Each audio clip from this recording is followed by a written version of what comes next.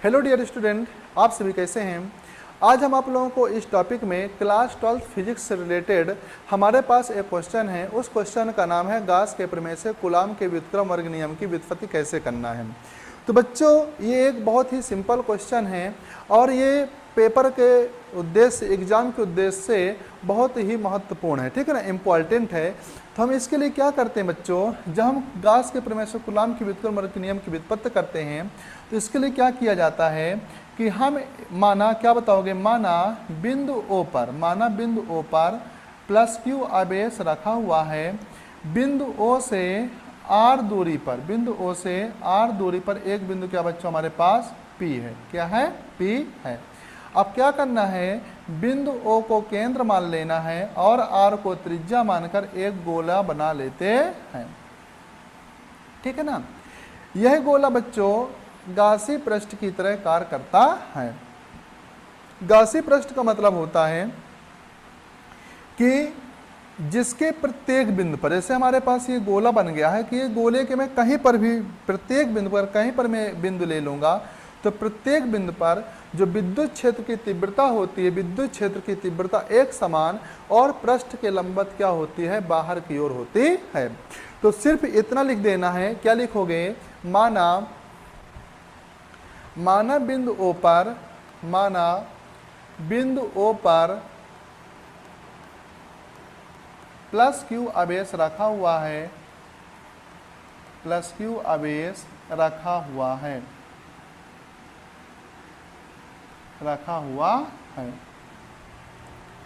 बिंदु O को केंद्र मानकर बिंदु O से R दूरी पर एक बिंदु P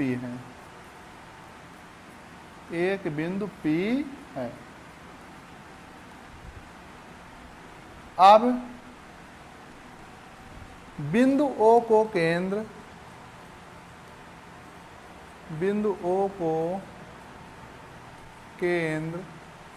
व R को त्रिज्या मानकर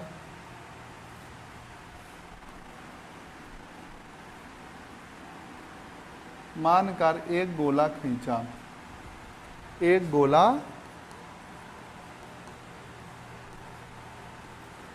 खींचा, जो गासी पृष्ठ की तरह कार्य करता है,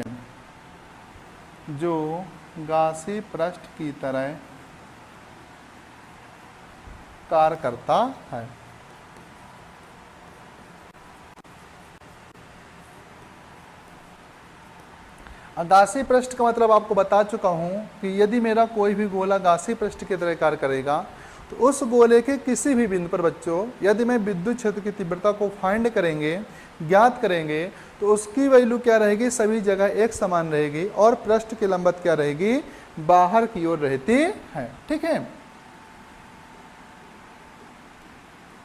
हो गया ds।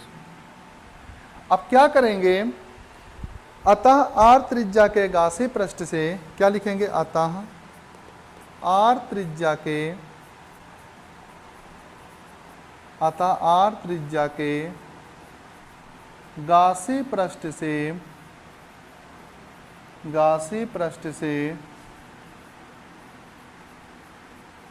गुजरने वाला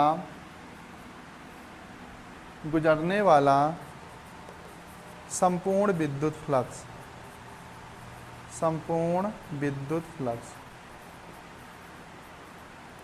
क्या कर देंगे बच्चों, हमारे पास जो R त्रिज्या का एक गासी पृष्ठ है, इस गासी पृष्ठ से गुजरने वाला संपूर्ण विद्युत फ्लक्स क्या हो जाएगा, फाई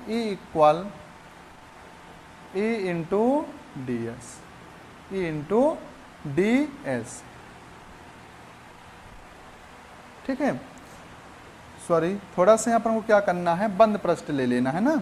तो क्या करेंगे, फाई E इक्वल बंद पृष्ठ E इंटू ds, ठीक है। जब बच्चों को पता है कि जब मैं वेक्टर हटाऊंगा तो क्या लग जाएगा, cos थीटा। और यहाँ पर बच्चों थीटा का मान क्या है, 0 डिग्री है। तब तुम्हारा क्या हो जाएगा, cos 0 डिग्री बराबर 1, क्योंकि हमारे पास एक स्ट्रेट लाइन मतलब कि सीधी लाइन है, और सीधी लाइन में कितने डिग्री का एंगल बनता है बच्चों, 0 डिग्री का एंगल बनता है। ठीक है, तो जब मैं यहाँ पर थीटा के प्लेस में 0 रखेंगे तो cos 0 की वैल्यू क्या होती है मेरे पास बच्चों, 1 होती है। तो क्या हो जाएगा, फाई इक्वल ई बंद पृष्ठ ds, बंद पृष्ठ ds। अब यहाँ पर बच्चों जो हमारे पास ये बंद पृष्ठ है, क्या ये जो बंद पृष्ठ है, बंद पृष्ठ एक कैसा है, एक गोले के समान है, ठीक है ना। तो S का मतलब होता है सरफेस एरिया, तो बंद पृष्ठ हमारा एक गोले का समान है, तो गोले का पृष्ठीय क्षेत्रफल क्या होता है, 4 पाई r स्क्वायर। ठीक है, तो गोले का पृष्ठीय क्षेत्रफल क्या होता है बच्चों, हमारे पास 4 पाई r स्क्वायर होता है। ठीक है, तो क्या कर देंगे, चूंकि बंद पृष्ठ ds बराबर 4 पाई r स्क्वायर, लिख देना गोले का पृष्ठीय क्षेत्रफल, गोले का पृष्ठीय क्षेत्रफल है। ये क्या हमारे पास गोले का पृष्ठीय क्षेत्रफल है। ठीक है, तो यहाँ पर क्या था, फाई इक्वल ई बंद पृष्ठ ds, तो इसके प्लेस में क्या कर देंगे हम, 4 पाई r स्क्वायर। तो क्या हो जाएगा, फाई इक्वल ए इंटू 4 पाई r का स्क्वायर। ये क्या होगा हमारे पास इक्वेशन नंबर फर्स्ट। अब हमको पता है बच्चों गास का प्रमेय, गास का प्रमेय क्या होता है, फाई इक्वल q अपान एप्सिलॉन 0। ये क्या हो गया, समीकरण 2। अब बच्चों समीकरण 1 का और समीकरण 2 का, समीकरण 1 और 2 के दोनों के लेफ्ट हैंड साइड क्या है, दोनों के लेफ्ट हैंड साइड सेम है, तो राइट हैंड साइड भी क्या हो जाएगा, सेम। तो क्या लिख देंगे, समीकरण 1 व समीकरण 2 से, equation number first and second से, तो क्या हो जाएगा, e इंटू 4 पाई r स्क्वायर इक्वल q अपान एप्सिलॉन 0। तब e बराबर क्या हो जाएगा बच्चों, ये 4 पाई r स्क्वायर को उधर ले जाएंगे तो क्या हो जाएगा, 1 अपान 4 पाई एप्सिलॉन 0 और q अपान r स्क्वायर। तो एप्सिलॉन 0 को 4 पाई के साथ लिख दिया और r स्क्वायर को क्या कर दिया, अलग से कर दिया इंटू में। ये क्या हो गया बच्चों, हमारे पास समीकरण 3 हो गया। ठीक है, अब क्या करना बच्चों, बिंदु P पर हम एक परीक्षण आवेश Q0 को क्या कर लेते हैं बच्चों, कल्पना कर लेते हैं। ठीक है, तो क्या लिखोगे, अब बिंदु P पर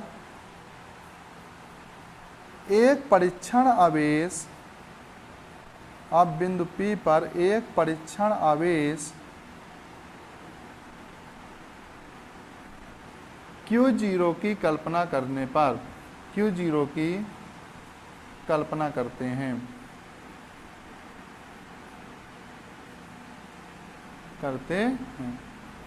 अब क्या करते हैं बच्चों कि बिंदु P पर एक परीक्षण आवेश Q0 की कल्पना कर लेते हैं, तब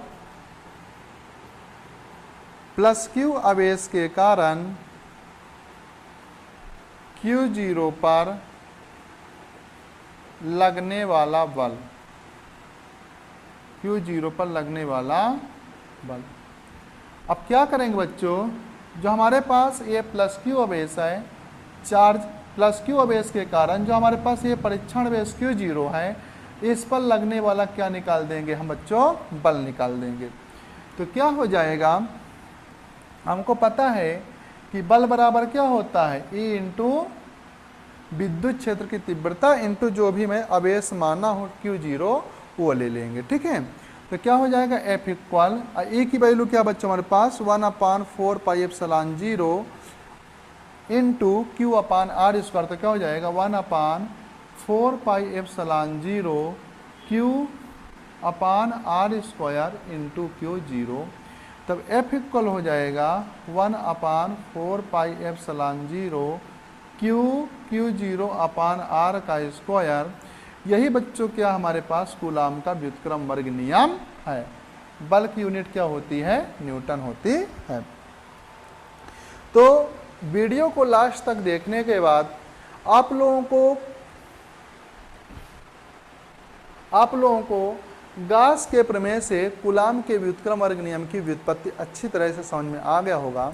यदि बच्चों आप हमारे चैनल पर नए हैं तो हमारे चैनल को सब्सक्राइब कर लें, लाइक और शेयर करना मत भूलें। जय हिंद, जय भारत।